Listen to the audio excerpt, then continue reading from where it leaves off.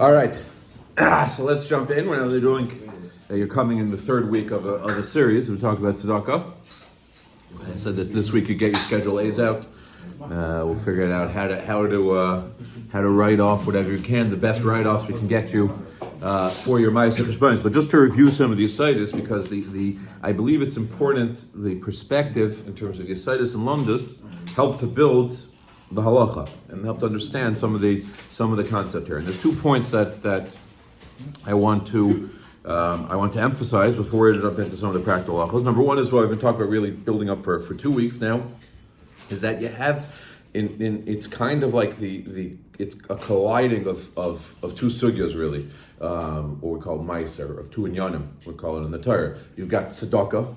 Tzedaka is, while it's the chefts of the ma'aser tzedaka is giving a poor person money. That's what it is. That's how the Torah describes it. When there's kiyah, it's clear in the psukim we're talking about a poor person. But there is a larger perspective involved in the sugya of tzedaka that has to do with recognizing all of our possessions and all of our money is really a partnership with Rebbeinu Shalom, is part of something bigger than ourselves. It's not meant to be used for selfish purposes. It's meant to be used for higher purposes. That's part of the tzedakah. It's clear. I showed a couple weeks ago how it's clear. Pashup shot on the psukim. Just reading the psukim about tzedakah, it's clear that it's unique in terms of mitzvahs. That it's not just about the act of giving, the act of making sure a poor person has food in his mouth.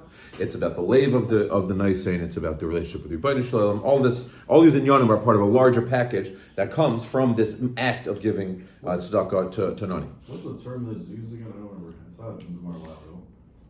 The way Hashem describes the person that he entrusts with, and that if he doesn't use it properly, he'll take it away from him. Kadon? No, not apotropos. Apotropos? It's not. I don't know what it is. Okay. What? Maybe, no. Maybe. Yeah. Anyway, that's one Inyan. That there is another parsha in the Torah, which is the parsha of Meiser. That is a parsha that can affect all the areas. It could many areas. It could be Meiser Sheni. It could be Meiser Oni. It could be Yaakov, promising the Rebbeinu Shalom to bring karbanos when he comes back from Esav. That is a larger parsha that has to do with the Inyan of again the way we relate to our nechasim, the way we relate to possessions. It's not necessarily the act of tzedakah, but it's a concept that fuses with the parsha of tzedakah because it relates to the same idea that tzedakah has, this essential idea of using your money together with Rebbeinu Shalom.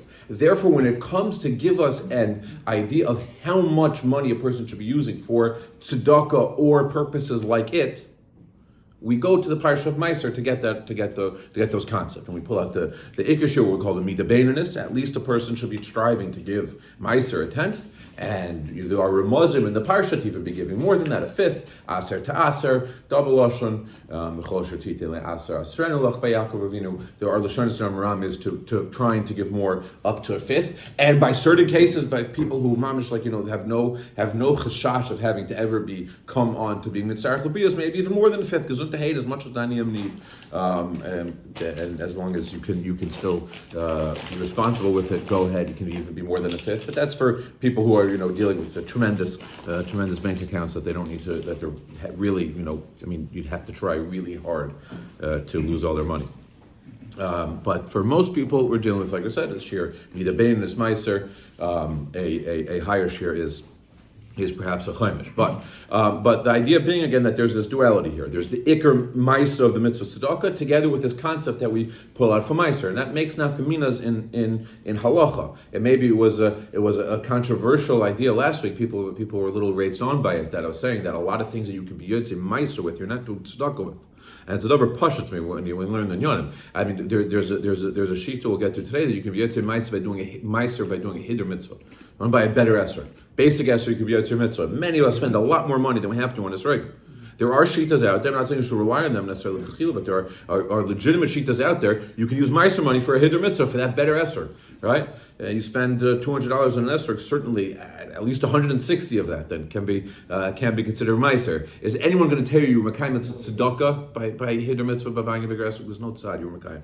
Ki yibucha evyon ma'achlechecha and ask you for money. I'm not mekayim mitzvah tzedakah. It's an Indian meiser and using it for shutfas with Rebbeinu Shalom. I wouldn't necessarily recommend using it for a hiddur mitzvah, but there's an art for it, and we'll get to when these types of things are are usable. But just to bring out the idea again, where you can be Yotze Meiser, but you're not necessarily Yotze Tzedaka. If you're giving Tzedaka, you're definitely doing Meiser. Tzedaka, and perhaps it's the best way to do Meiser in certain ways. But Meiser is not necessarily Tzedaka. Tzedaka is necessarily Meiser. That was all. Okay.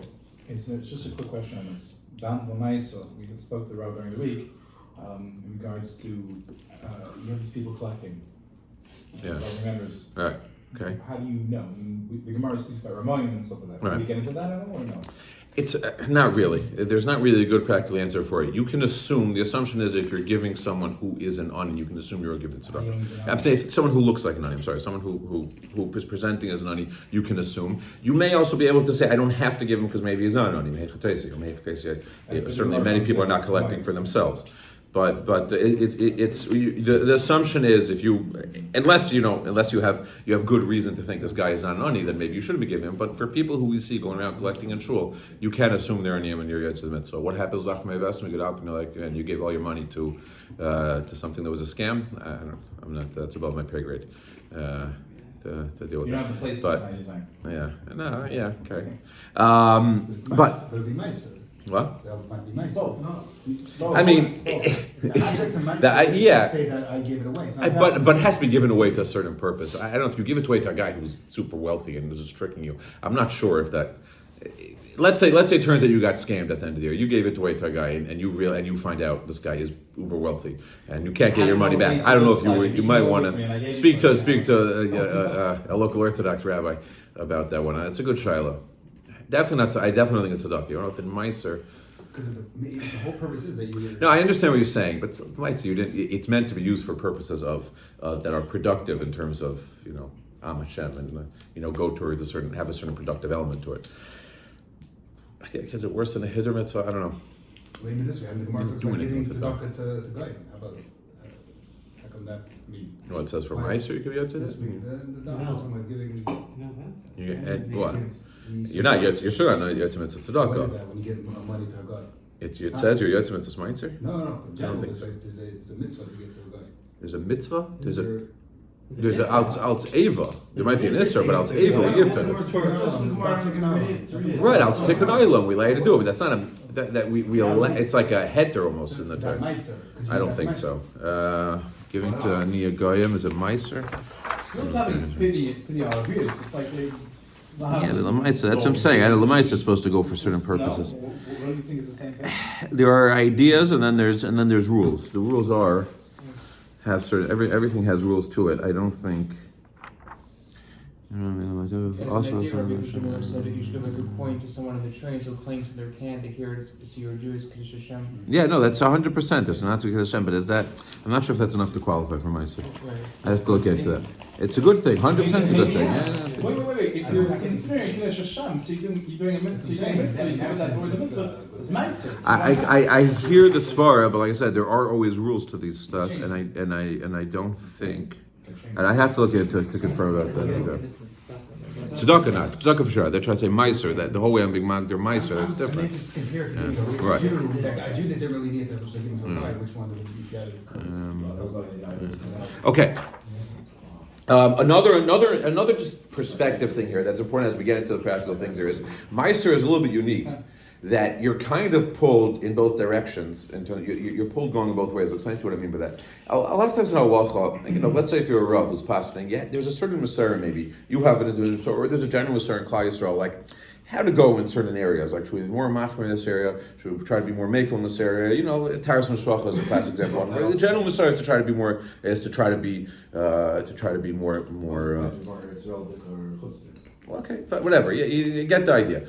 In Meiser, there's really, by its nature, there's really a person themselves when they're darning it. There's kind of two opposing elements that pull a person. On the one hand, the inyan of Meiser is a very choshev inyan.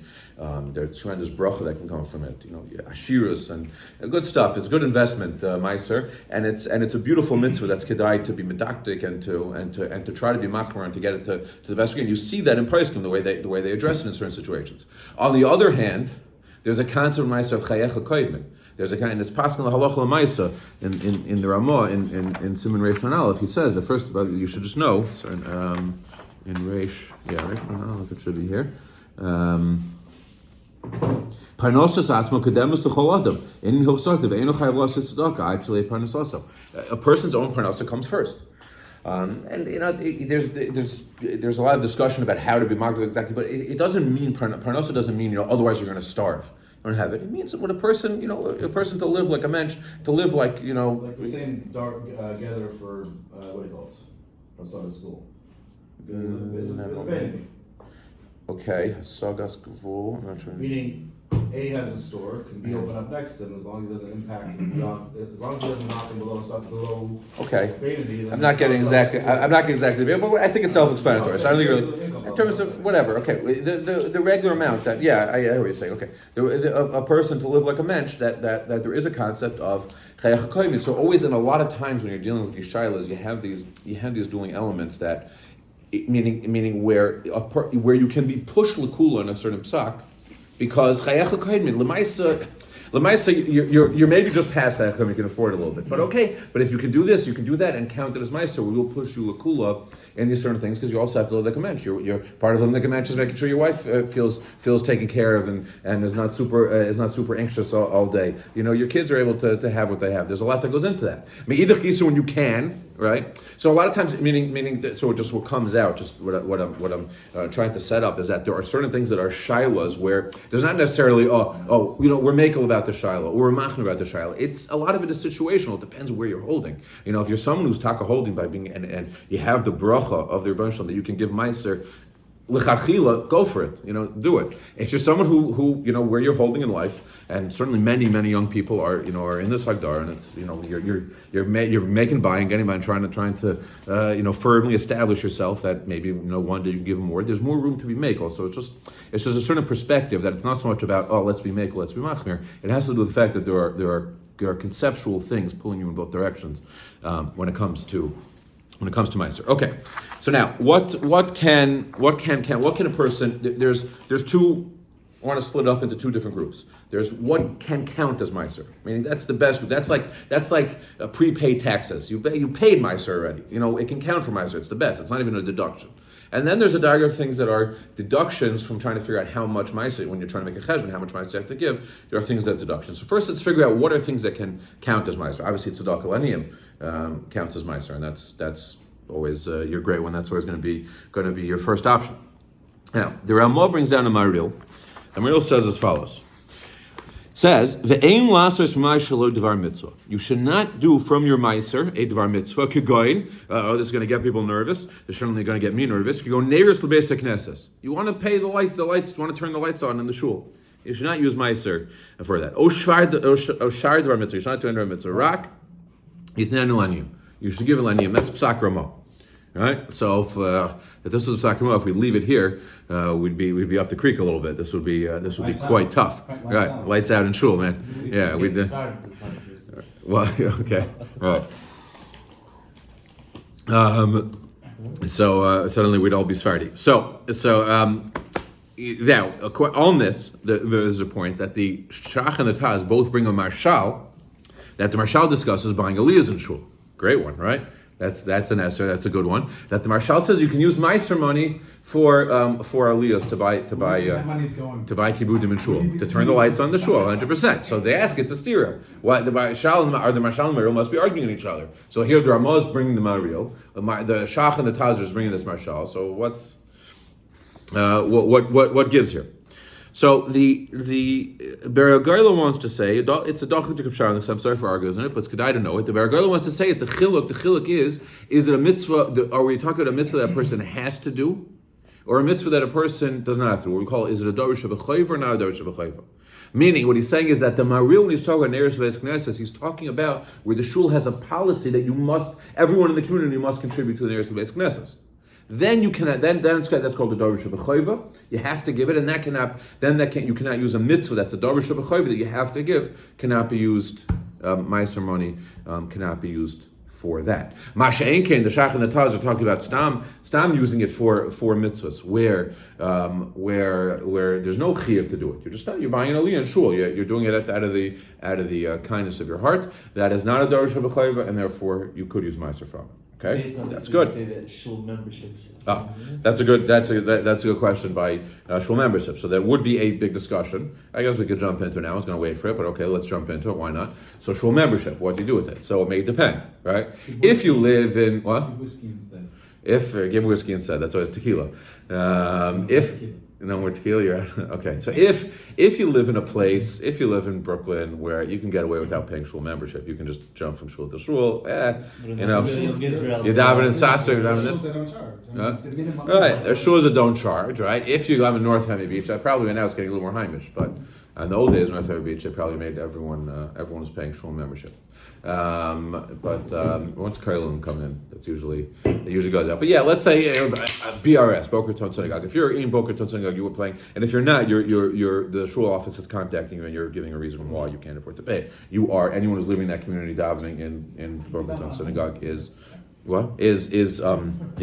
paying membership. So if you're mechuyev to pay the membership, then that would consider darish of a chayva, and you should not declare meiser. Right, But if you're the existing obligation, Huh? and then they're relying on you to give whatever you do as nicer for their other things. that you could do, but the membership, that's an obligation, that's a basic obligation that everyone has. You should not give a meiser. But if you're in a place like KVM where we're still chill about our membership, so then you could. Then it's big pro. One of the high holiday tickets being sold. Exactly. Yeah, the high holiday tickets. So but now, what's that? So let's just get to that. They do say though, there is a svara that place can say, and this is a general rule when it comes to this kind of stuff, is that if you're nanda, whatever you're directly nanda from the thing. So let's say like you get Naram seats as part of your membership. And Naram seats have a certain hana. Maybe it's not the full $200 the shul charges, but Lamaisa, people would pay if you ask them. Forget the fact that you're giving to shul. Let's say you're paying privately to the guy. Like how much would your Naram seat be worth? Depends how cold the seat is. Depends how cold, depends what the kiddush is. But I don't know. I think Yom Naram seats for both for Shana and Kippur, probably it's $100 value. It's got a decent value to it. So you have to deduct that from your So people say you should deduct that from how much meiser. School dinner, yeshiva dinners. Right. So yeshiva din is another example. I'll get to say yeshiva din is a little more. I think is maybe a little less, but we'll get to it. But I was going to say now, to me, it's a chiddush. By the way, this is not. You're not going to find this in any. You're not going to find this in here. You're not going to find this in here in Shulchan Aruch this far. If anything, you're going to find fakert, because the Taz, when he brings this marshal about Aliyahs, the Taz says, you get something out of the Aliyah, you're mechabit someone with the Aliyah, you give it to him. The Taz says it's no different. Every tzedakah you get something from. Taivas hana, right? You get hana, even though maybe that's not the best way to give tzedakah, right? Like I pointed out that the Rambam says the best way to give tzedakah is indiscriminately, but l'maisa you get to choose, and when you get to choose, you get hana, you get to decide, right? So when people say, why are you wasting money on your lottery ticket, right? Who cares that what is it tonight? What's going on? Not Mega Millions. The other one is tonight. Powerball is a billion tonight. There's no way you're going to win, but I say, but you understand, it's not the hana of deciding what I'm going to do with the money. It's the side of the hana of which meiser I'm going to give money to. It's the real hana. Who's and which meiser. I'm say, I don't like your mahalach. That's it's a titus hana. There's a real hana involved in that. By the way, in regards to the dinner, I disagree because there's a lot. We're going to get to it. Let's try. We're getting a little off. So let's try to focus back. What was I saying? Yeah. That every tzedakah has tovas no. You don't have to minus that for a meiser. But yet the heintige poskim, they say this with Pishmul for Yashuv. My Moher Rabbi also says this. It says you should minus the direct hana. What's the difference? Because if here I just gave away the word, maybe here it was more of a direct hana. You're like, say like buying something. You're buying a seat, or you're buying, or even let's say another classic example, a raffle ticket in a shul, right? We do all the time. You're buying a raffle ticket, so there's a certain hana to the raffle ticket. Maybe it's not the 36 worth bucks that we sell it for. I don't know if you buy that raffle ticket for that, but $5. I don't know. There's a certain hana to having a raffle ticket, depending on the prize versus ticket price and how many tickets are sold. There is a certain hana. How exactly? I don't know.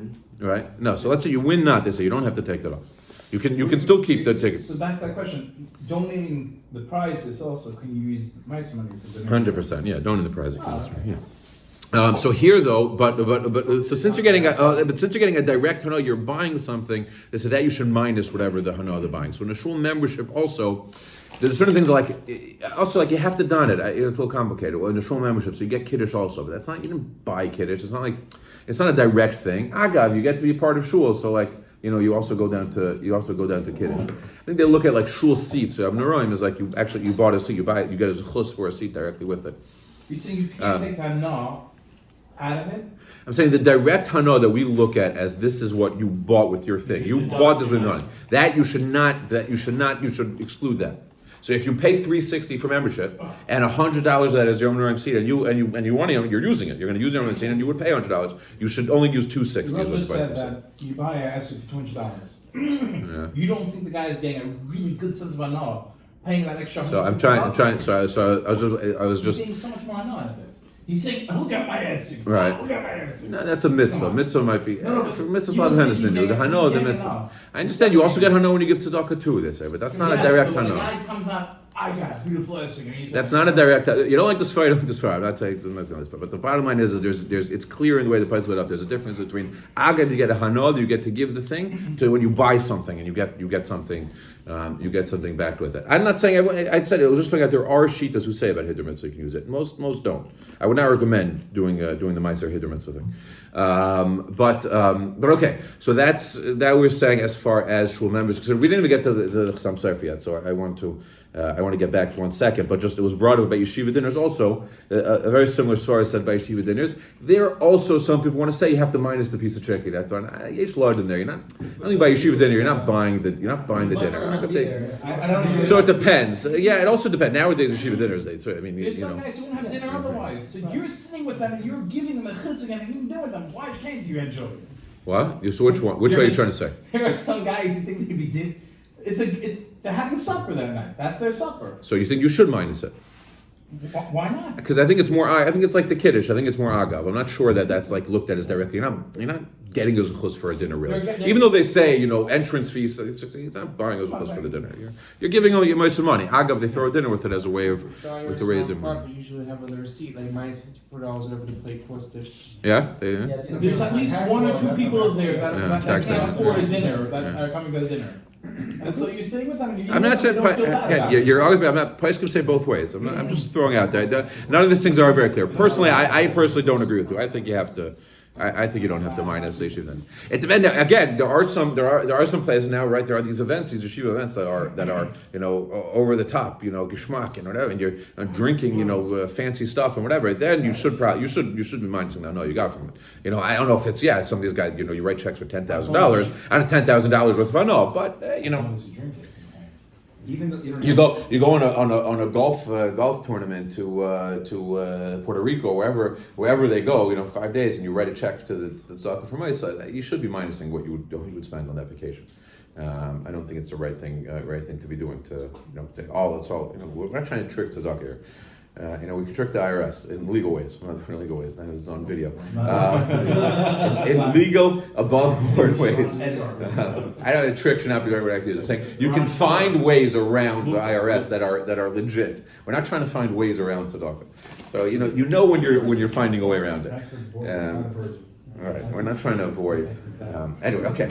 Back to the point. I didn't even. Like I said, I got sidetracked. Didn't even get to Chassam Sofer. The Beragoyla. Let's get back for 1 second. You have the shaila between the Maril and the Marshal. The Maril says you're not allowed to give meiser money for neiros in the basic necessities. Zok the Marshal, you can buy a lios with meiser. What's the difference? The Beragoyla said the difference is one is talking about where the community is. B'chayavu, it's like shul membership that you must pay, and one is just an extra thing. So Chassam Sofer, that's not true. There's no indication in Maril.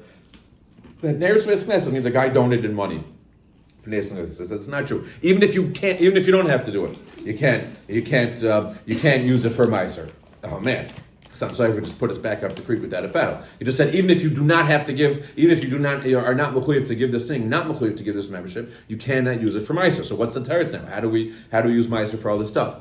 Zok Chassam Sofer, look in the Maril inside. The pshar is like this. He's talking about because. And this gets back to the sort of saying before, because meiser is ikra laniyim, meaning meiser has 2 elements to it. There's the tzedaka and then there's the meiser to it. And the tzedaka is an ikra part of it. If a person's minog was to give all his meiser laniyim, you can't say, this year I'm giving neiros leis aniyim get out of here. Since ikra laniyim, he says, applies a neder that a person was made a nidra mitzvah to give his meiser to give his tzedaka laniyim.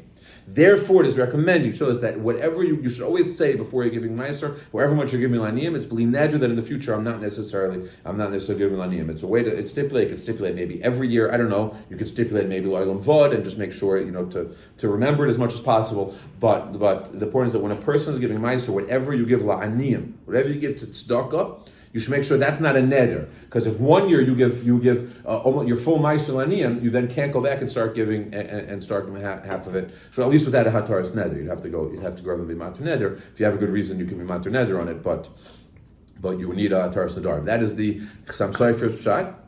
And this is by the way, just to remind you again, this is that same chasam sofer he's talking about to a guy who made a neder not a neder, whatever. He gave up. He decided he was going to give his son-in-law, who was a Talmid Chacham, a lot of money, and he was having money problems, and now wanted to use his meiser for the son-in-law. Zok the chasam sofer, you can do it. Right, as long as you didn't make a neder to always give your stuff l'aniyim, he did not consider the son-in-law to be an aniyim, whatever the situation was. But he told him, "Afal pikein, you should get a good idea is to give half your meiser to the son-in-law and half l'aniyim."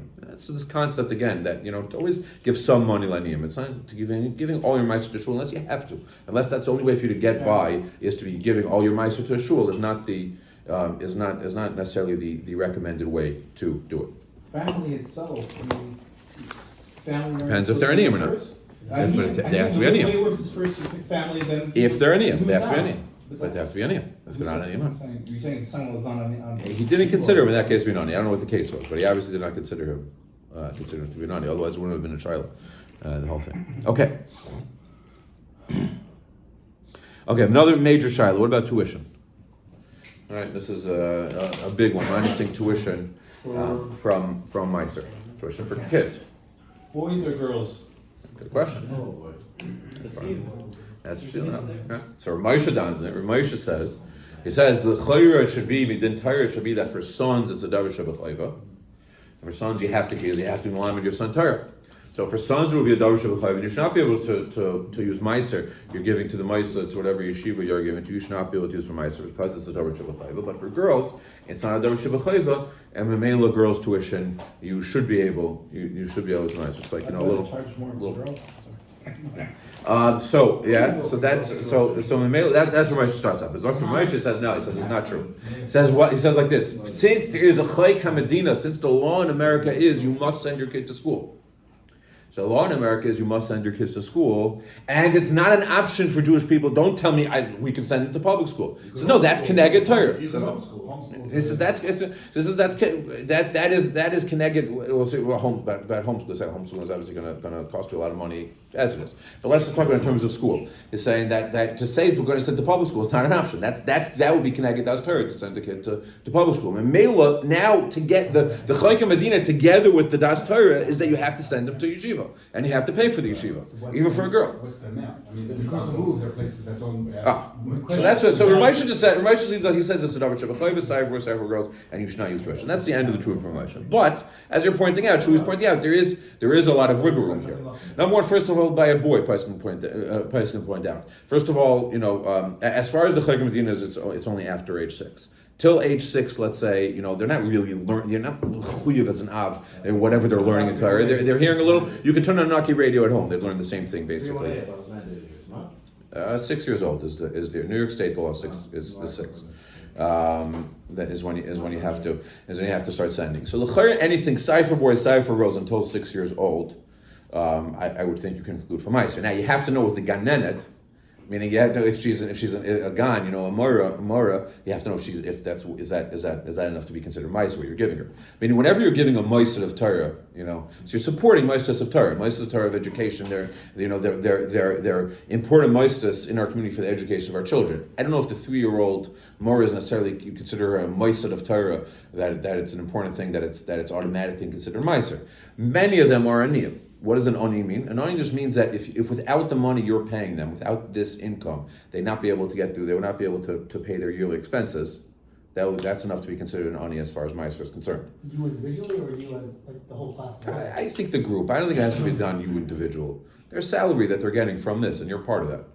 I don't think it's done each wife. I'm not here, so then who's going to be that person? This is their salary. Then also, this is let's assume without Moshe, let's assume paying tuition could be used as meiser. But of the day, they're literally doing the country call. So some people do say that. Some people do say that. I'm not so sure. I mean, even without Ramosha, he's saying, why don't you have to break it down? Let's say, Limud Echol is not part of it. The point is that there is a school that we want that's doing a mitzvah by having a makom Torah and having a Torah way of teaching secular studies, teaching Hebrew studies. We want our kids there. We don't want our kids in yeshiva for limudei chol and then going to public school for limudei kodesh and going to public school limudei chol. Right? We want a yeshiva teaching them limudei chol. So it's part of it. It's not the. I don't think the mitzvah here that allows for meiser is the direct limud haTorah. It's the hischaskus of a meiser that's educating our kids. It's the recess being done right. It's the trips being done right. The siyumim, everything that goes into it is part of a modern day education of a kid is turning into what we hope is a ben Torah. This is despite whatever issues and flaws we may have, but that's what the goal here is, and that's what these schools are striving to do, and that's what you're supporting when you're giving money to them. So I don't think you have to separate that. They do say Babe Shem the Stipler, he said to separate it, limudei kodesh and limudei chol, but it's not found anywhere, and I don't think you have to go to there. Others want to say others, as far as we were saying, Nalik of Moshe is that for the din haTorah, for the chayk haMedina, you can make bare bones education. We could strip it down to its bare bone, and the schools could be charging a lot less to get away with what's just legally required and what's mechayev for chinuch banim of the Torah. Kriya and psukim, we could strip it down a lot. We don't have to. Our schools don't have to be running nearly as big of a budget to satisfy that. And especially, if you live in places where you could go to cheaper schools, and you're saying these more expensive schools. I think here in Brooklyn, I think the schools are generally pretty. But let's say you could send to Varetsky, free education, and you're saying to a different place, So you could do it. You don't want to, whatever. You're not into the Varetsky thing, but you could. So that's then. Varetsky's telling everybody's nicer. No, you could. Now I think you're carrot. They're letting you. All right. They're letting. All right. Varetsky's the best. Anyway, I think below 6. I was saying anyway you could do it there. Into a small window anyway. Right. It's really a pretty small window anyway. So there is a strong makom. The bottom line is where we land. This is a very good example where I was talking about from the beginning, where you're kind of pulled in both directions as far as ma'aser is concerned. Baruch Hashem, if you have the bracha that you can be giving meiser, on top of what you're paying for tuition, you can also be giving meiser. You're giving it laniyim and to poor people who really need it. Bracha, a beautiful bracha, you should do it. Take it if you can be giving a fifth besides what you're giving to school, or if you're giving meiser and then use the part of the tuition to get you to a fifth. Say you're kind of the mitzvah l'chachila. All these are great things if you can do it. But for many people who are struggling to do everything and to do the meiser and to make all their expenses meet, there's at least a good amount of tuition that can go to meiser. Probably you should not do all of it to meiser. You should not take the entire tuition, but let's say about half of it probably. Maybe even more if you have to. Could be going Based on their full tuition and number, what number do you give? Based on their full tuition, yeah. Based on the thing. So it's like It depends on the school, but certainly also. But another thing that's important to realize is that for a parent to be asking for breaks, let's say from the school, and then giving meiser to other meisters, Not so. all right. It's not so posh that's the right thing to do. Fakir, give your meiser then to the school. Again, boys school, girls school. There's certain yeshivas that are extra. Both at the end of the day. Then the Ramesh says they're both the same thing. Maybe boys' school is a little more. Supposedly the B'tzina Rav said boys' school is half, girls' school is 2/3. Is what you can include for meiser. You can include more meiser for girls' school. They'll make the buffer and sign off. If for whatever reason they can't afford, let's say secondary, Right. afford whatever So it is. you'll give meiser. When you get meiser, you'll. Whatever. Your so meiser you will have some come. amount that's paid off, and that they take sort of like a first priority. Right.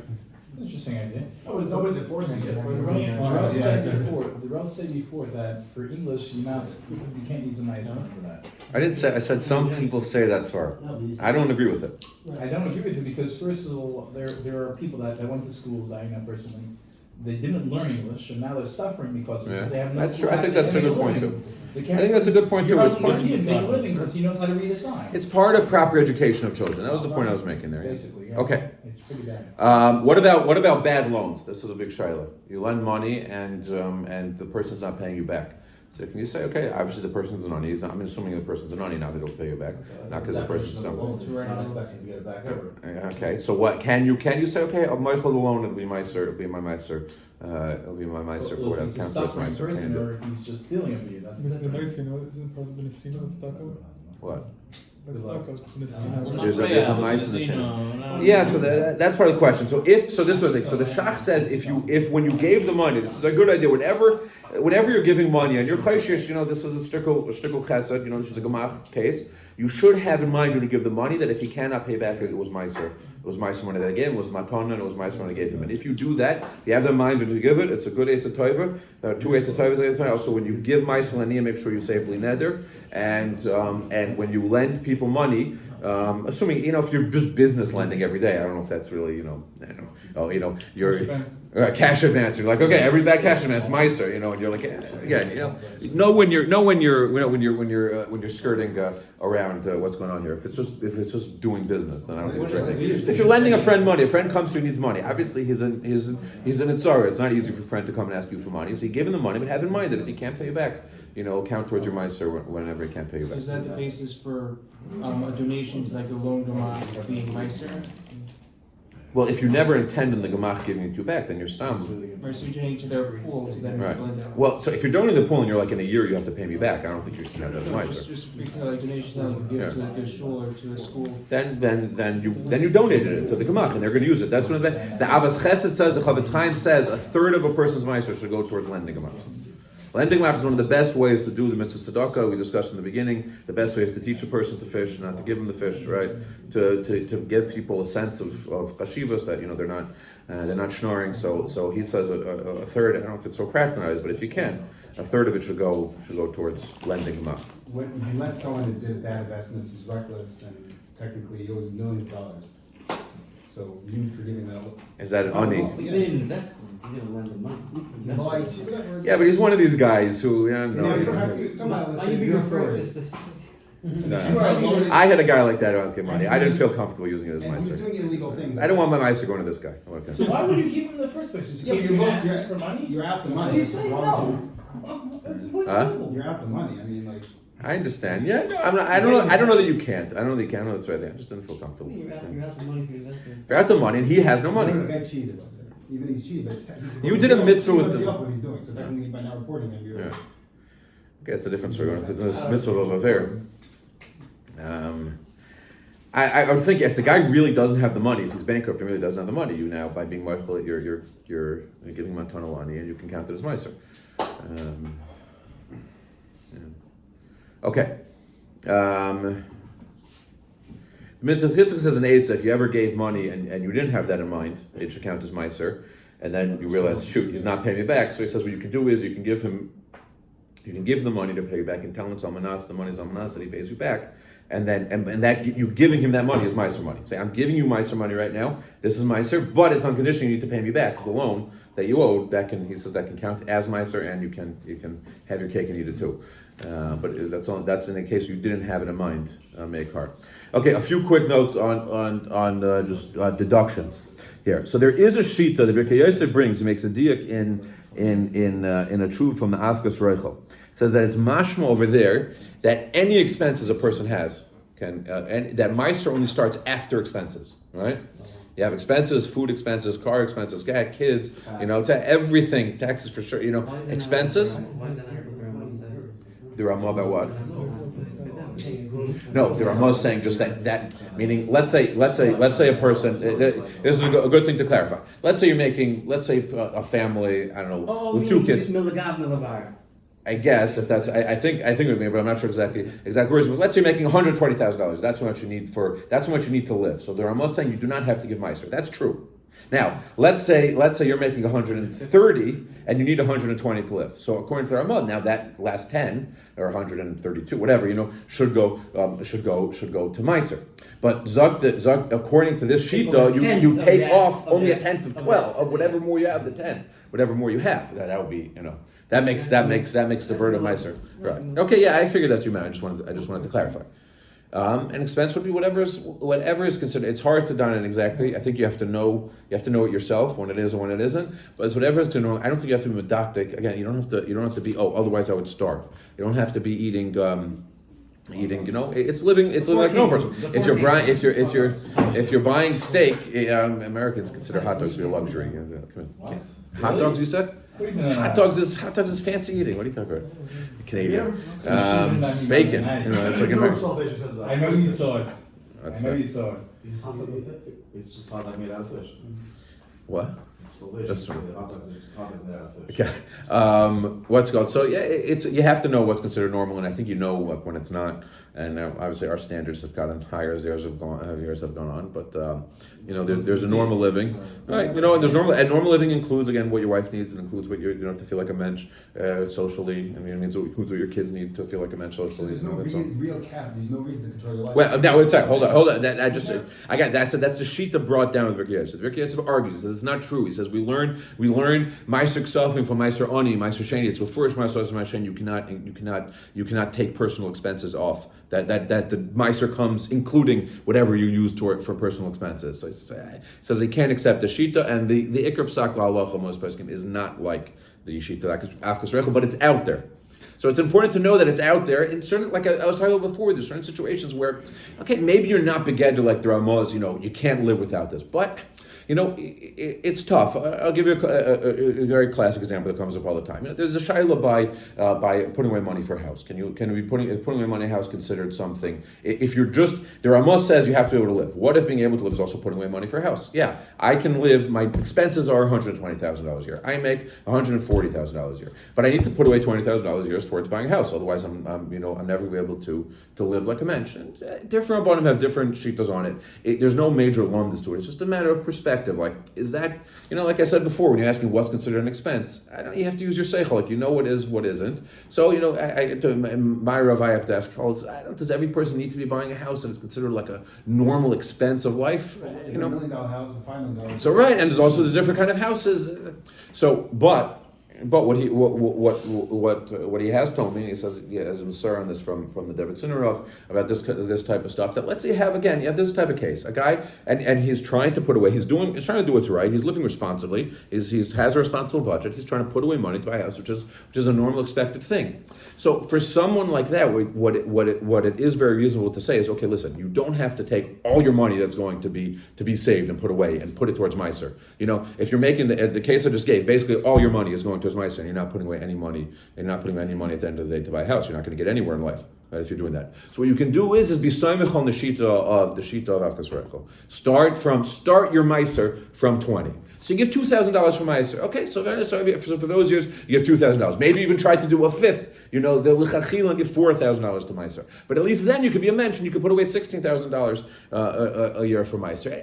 And each person could be, if a person's only making 125 and needs 120, so then just really do Meiser, that 500, 500, that's it, and then the rest try to put away. So I'm saying there is a situational element to Meiser, not because we just like saying, done it situationally, because you really are being pulled in both directions when it comes to Meiser. We want to try. It's one of the chashuv mitzvahs that you didn't do. You know, all the criticism of the gluttony and whatever there, and there might be very legitimate stuff here, but even young people in Klai, we really try to be doing Meiser correctly and giving it. And it's a beautiful thing that the amount of money that goes to tzedakah, and it's a chashuv mitzvah. On the other hand, like we said, people need to live chayach hakaymin. So there is this balance there, and these are good examples where you can use a little bit and get a little creative and say, okay, so fine, so you want to give some Meiser, you want to feel like a mensch, like you're giving Meiser, but you also have to be able to be putting away some money. So go with the other shita and say, I'm going to be put away, the Meiser I'm going to give is after the expenses, and therefore I'm getting both things, and there's no problem with that. It depends,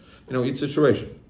If you have a Meiser account, and that Meiser account accrues interest. Okay. It's Meiser, then. You put it away from Meiser. Yeah. If you made it a Meiser account, then that's probably like a hafrashal. It's stuck. Meiser or whatever, creating an annuity for them. You already separate and put in a Meiser account. That should be. I would think that should go with Tzedaka. You're making money. It's part of that money. You're saying. Yeah, Money's you making put it money. away. Okay, but what expenses? Let's say you're not going to do this. Let's say you're not going to minus all living expenses. So what expenses straight up can be, basically, for anyone? Where are you paying? Business expenses are going to are straight up. So babysitting that you need for the husband and wife are working. You need babysitting, and I don't think you need to be medactic. Your wife comes home at 4:30. The babysitter's there for another half hour, or even another hour and a half. You have to be medactic and minus an hour and a half. That's part of what she needs to in order for her to be able to work and make money. Part of what she needs is to be able to also feel like a little man. She needs to come home and have some help. For a little bit when she comes home. That can be included. Again, if it's going over, you're spending so much money on this. You're having a live-in, three live-ins, and and a cleaning lady, and this and that, as part of your staff, and it's like, oh, you're just taking your wife's whole salary to pay for that. I don't know, that maybe then you shouldn't be minusing all that as a business expense. But you need to live like a man should be able to both, husband and wife to get out can be considered a business expense. A car that you use for it can be considered a business expense, but it has to be legit. Meaning, this is an example where let's say these are two examples: babysitting and car, where like you might flip in terms of like taxes. Like, so taxes will tell you, the babysitter you're paying cash. You can't count this tax. You can't minus it from taxes.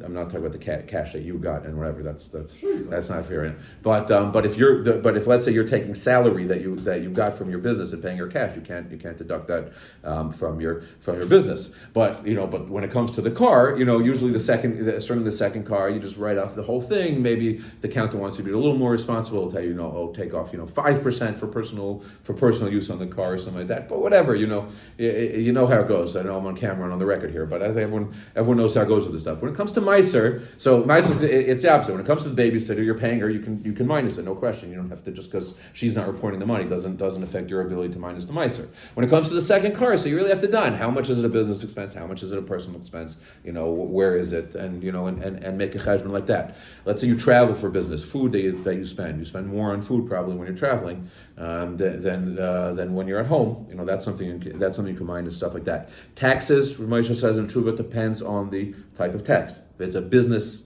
tax, if it's income tax, if it's Social Security tax, those things can be minus, can be deducted, because they're part of the income. But he says something like property tax or sales tax, stuff like that, should not be minus. That's regular life expenses. That's not a business expense, and therefore should not be deducted. There are others who argue. Others want to say no. All taxes are automatically are considered like business expenses that come off of that are looked at as part of a salary, whatever name they put to it, and all taxes can be mitigated. Again, it depends on the situation. If you want to use it, if you. What about tips? Tips are income. Okay. No, you should use it. You should make a cheshbon for Meiser, the place can say once a year. And you can count, if you have different investments, different businesses, you can count one, you can count the revachim of one, keneged of seidim of the other, once a year. Make that within a year. And you can pick the day what you want. It could be the end of the school year, it could be the January 1st, it could be Rosh Hashanah, it could be at any point during the year you can pick, but about once a year is when you should be making cheshbon. Rav Moshe says the more often you do it, the better. But once a year is like a kind of like a minimum, and within that year, within that 1 year frame, is where you can count your profits and have saved them connected the other even, like say from different businesses. Gifts that you get Meiser should be taken unless it was a gift that was given like lahedra that should not be Meiser. So a lot of times when parents give money to their kids, they don't want to be taking Meiser from this money. Certainly if they're supporting you, they're not interested in taking Meiser. They take their own Meiser. They're giving this money to them when you're spending this money. You're probably not even allowed to take Meiser from it. They're giving you $1,000 to use for your livelihood. Then you come back to them. What's going to happen if you're only spending $900 of it? You're going to come back to them and say, "I need more money, Ta." It's going to be like, "What do you mean? I gave you $1,000. What's going on?" It's like, "Well, I only use $900 of it because $100 of it's tzedaka." Don't do that. I give tzedaka. You use the money for you. Parents give you money to fix up your house. No, They they don't want you giving 10. holds also that what you're giving to a child is considered Meiser also. It depends. Yeah, right. I like that. Right. It does have dinner tzedaka as well. Right. Correct. No, we don't go 6-8. That is a good point. I'll just mention it once you brought it up. The Paiskim say 6-8, but Rav Moshe says, and other places say also, nowadays where everyone needs to feed their kids. Everyone keeps their kids at home until they're married. Until they're married, you should not count it as Meiser. A married child, you can count as a married child. You could count. Or like I said, your parents give you money to fix up your house, to buy a house. They don't want you taking Meiser from the money. They give their own Meiser. You should not be taking Meiser from them. But otherwise, gifts should. Yerusha comes up. Yerusha, you should take. You need to take Meiser from. And one other thing, if like let's say your house you own goes up in value, and you sell the house, So it depends. What's standard inflation? They say you do not need to take meiser from. But anything above that, if you made a good investment, anything above that, once you sell the house, you should be taking meiser from, assuming you're not immediately reinvesting in another house. If you're just taking and flipping because you're moving, and you need to buy a house in another place, and you just need to buy a house in another place. But if you made a good investment, you're ready to scale down, you're ready to buy your apartment in Florida, and it's going to be much cheaper than the house you sold here or whatever, and you made a nice pretty penny off this house, then whatever profits you made, you should be taking meiser from. All right, so we'll hold it here. That's 3 shiurim on meiser. We basically covered the Indian. If there's any questions, we are once again, of course, 1 short of a minute from Arif. Go ahead. Literally,